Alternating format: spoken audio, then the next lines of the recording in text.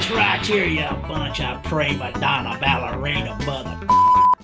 Welcome everyone, I'm Jordan Sharp. We are only a few weeks away from the start of training camp, which means we are just a few more weeks above that to the start of the NFL preseason, one of the most profitable betting seasons in the NFL. And I'm here to give you a heads up on some of my off-season betting series as we go now and discuss parlay betting in the NFL, something that can be very lucrative, very appealing as well in the NFL odds. However, it can also be a huge sucker bet if you do not utilize them wisely. And I'm here to give you a few tips of mine that I like to use in parlay betting that gives me just a little bit more of an advantage than the normal Joe that walks into the sports book. But first, I think the big rule in parlay betting is keep your team amounts under control. Of course, you can bet a flyer wager on a 9-team parlay in the NFL and hope for your huge payout lottery ticket. However, it's not going to happen on most weeks.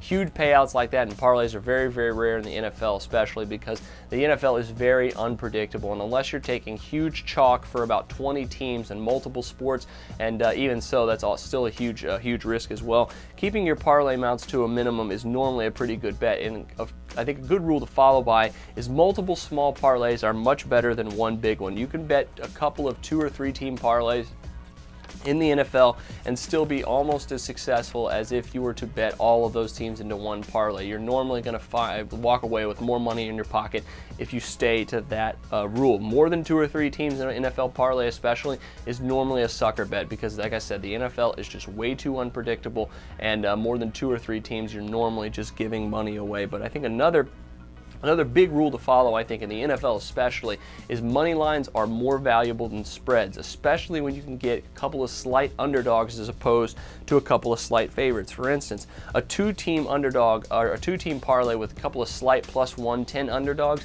will pay you out another plus 100 more than a 2-team parlay with spreads or slight money line favorites. I think the payout for a 2-team parlay with both teams at minus 110 is plus 265.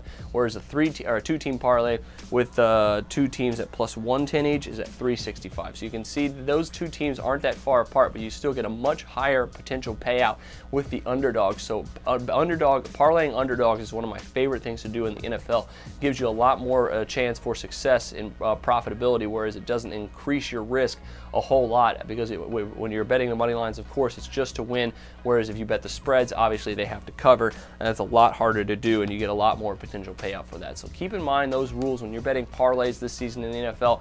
Stay conservative with it, but don't go overboard, and you'll definitely win a lot more money than if you try to shoot for the moon most weeks in the NFL. But that'll do it for me this time. Make sure you check out all my other offseason NFL betting tips as well this offseason. But until then, I'm Jordan Sharp, and this has been another edition of the Sharp Pick.